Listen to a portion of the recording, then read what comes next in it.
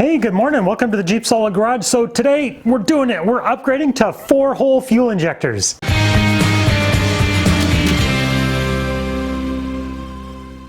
Now I know this is a little bit of a debated issue. I'm going with the philosophy of fuel vapor is what burns atomized fuel, not liquid fuel. So if you have a single hole injector and it sprays just a fine little stream, it's not going to vaporize as well as a 4-hole that you get better vaporization, so you get better atomization of the fuel, so you're going to get more complete and better combustion of your fuel. So let me zoom in on this. Here's my old OEM injector. Here's my new 4-hole fuel injectors.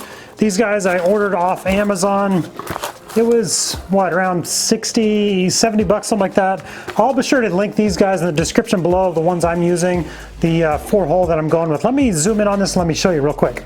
So here is my single hole, and just like described, a single hole in the middle of the fuel injector. On the 4-hole, this actually advertises you're going to get up to 20% better fuel economy, which I'm very skeptical of, but you can see there's the 4-hole injector. But they do advertise these guys that way. They say up to 20% fuel economy boost, which I'm very skeptical of that. But if I go from 16 miles per gallon up to 18 or 20, I'll definitely let you guys know. Now the reason I'm upgrading these fuel injectors, I was getting a real inconsistent spray pattern. I'll be sure to link my other video where I show that, but I tested all my fuel injectors here and I was getting a real inconsistent spray pattern among them. So there's a way to clean them. I'll link those videos in the description below of a process you can use to clean these. But also to get to this point, obviously I have my fuel rail disconnected here. See, I gotta make sure it's not pressurized because after I did that test, I've got one of them out here, so it's not pressurized any longer. But anyways, I'll link the previous video I have where I show how to remove these fuel injectors and get your fuel rail off here so we can pop all these guys out and swap them out. So let's start by pushing our little clips off here.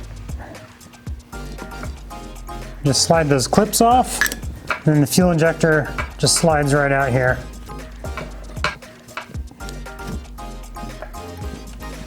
And our O-ring, we gotta fish that out. The O-ring's missing off this guy.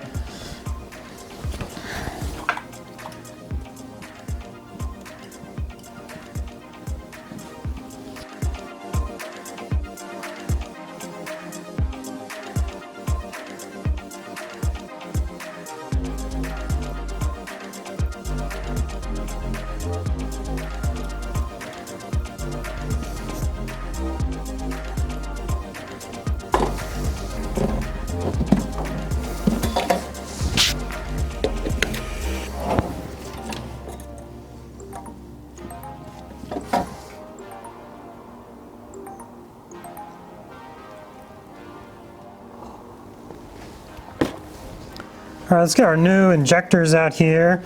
And these O-rings, these new ones, I think they actually have a little bit of lube on them. So they have some nice covers over them, but if they don't, you don't want to be shoving these fuel injectors in with the O-rings all dry.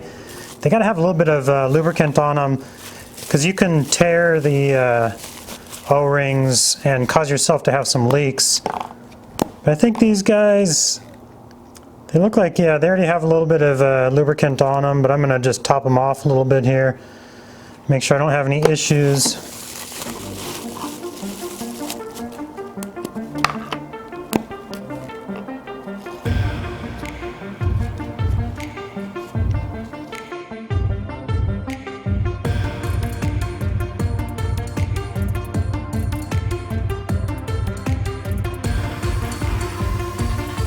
All right, now we can go along and just push them into our fuel rail, and that little bit of lubricant will help us seat them here as well too. So I put a little bit extra lube on the inside of the openings here on every port, just because you want to be real careful not to tear these O-rings. And with a little bit extra on there,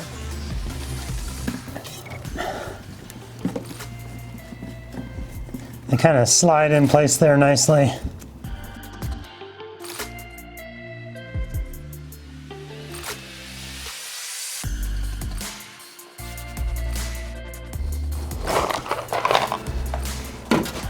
All right, got all those guys in. But boy, yeah, that took a little rustling. They fit in there tight. That's why you gotta use a little bit of lube on them. So let's put our clips on here to hold them in place. Actually, it looks like this design, these guys don't use the little clips, so I'll just save these. You can see here, this one has little slots right here that the clip snaps into. This style does not, which it's not actually necessary to have these clips. I've seen other guys run it without and they do just fine. They don't have any leaks. The fuel rail gets bolted down and holds it in place. It's not going anywhere. So, all right, now let's just fish our injectors and our fuel rails over into their spot here and slide them in. And when you get them in place, you can kind of feel them pop into place there. You do got to be a little firm with them. Give them a little shove.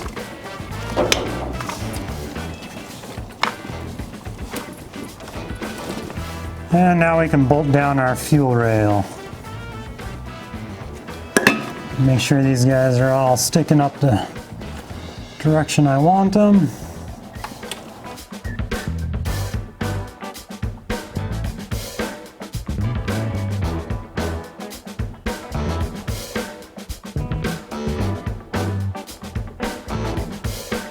Alrighty, that looks good. So we can go along and hook up our electrical connections to our fuel injectors here. Number one, when you're taking these guys apart, as I mentioned in my previous video where I show you how to remove the fuel injectors, be absolutely sure you are labeling these guys real good. 1, 2, 3, 4, 5, 6 if you have a 6-cylinder, because you do not want to get these guys out of order and they just snap in. This is number 3.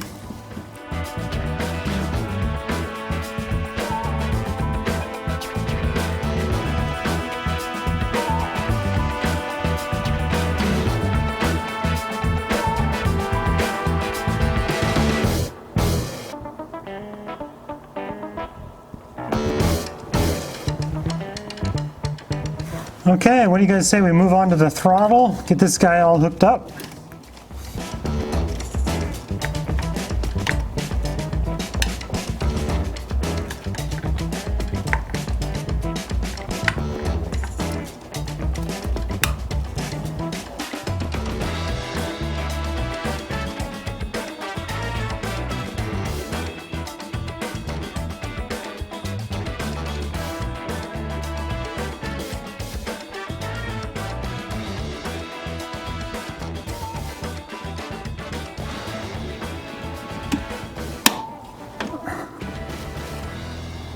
Let's see, a few more vacuum hoses.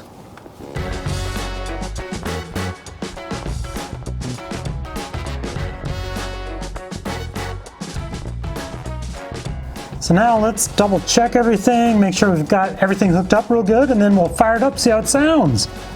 I've just got to steal a battery here.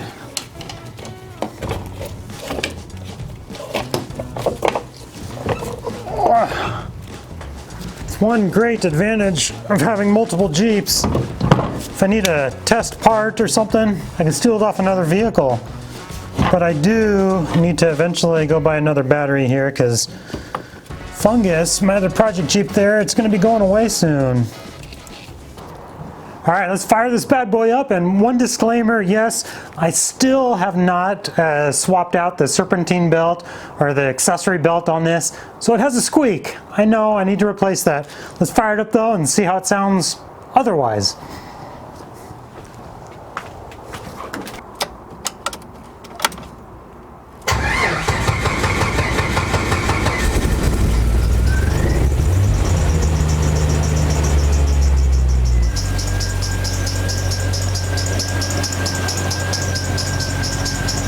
There we go. So fires up just fine.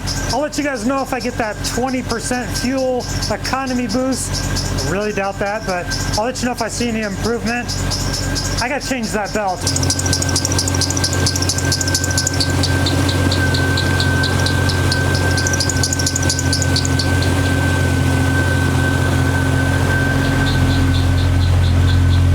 Thank you guys for watching. Check out my next video right up here and have a good day.